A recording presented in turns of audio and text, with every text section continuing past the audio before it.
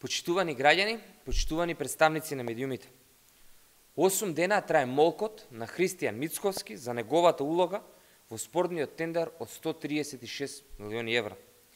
Со денови слушаме меѓусебни обвинувања во ВМРО ДПМН за криминал, за рацете во медот, и тоа за тендер тежок 136 милиони евра.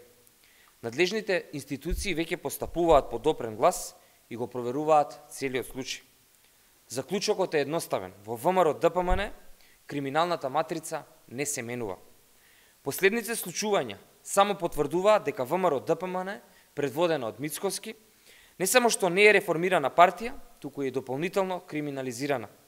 Граѓаните знаат дека Златко Перински е поранешен шеф на кабинетот на Мицковски пред да стане директор на Водовод. Даниела Арсовска пак беше кандидатка која Мицковски ја промовираше. ВМРО ДПМН ја поддржа и ги собра подписите и заедно се шетаа по митинзи и бараа поддршка од скопјани на изборите. Токму Мицковски ја пречека Арсовска пред Белата палата со зурли и тапани. Мицковски самиот се прогласи за шпицен градоначалник, најавувајќи проект од 100 електрични автобуси во Скопје од партиска говорница. И сето тоа само за да контролира бизниси, тендери и влијанија, само да ја задржи својата фотелја во Белиот дворец. Тоа е Мицковски.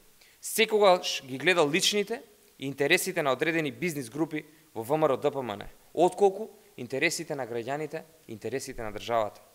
Сега, фатени со рацете во медот, во ВМРО тендерска ДПМН, со лаги се обедуваат да се исперат, но не можат.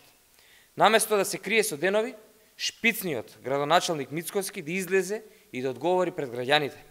Која е неговата улога во тендерот од 136 милиони евра? За колку тегли мед пропад на бизнисот со електрични автобуси во Скопје? Ви благодарам и повелете со прашање. Доколку нема, ви благодарам.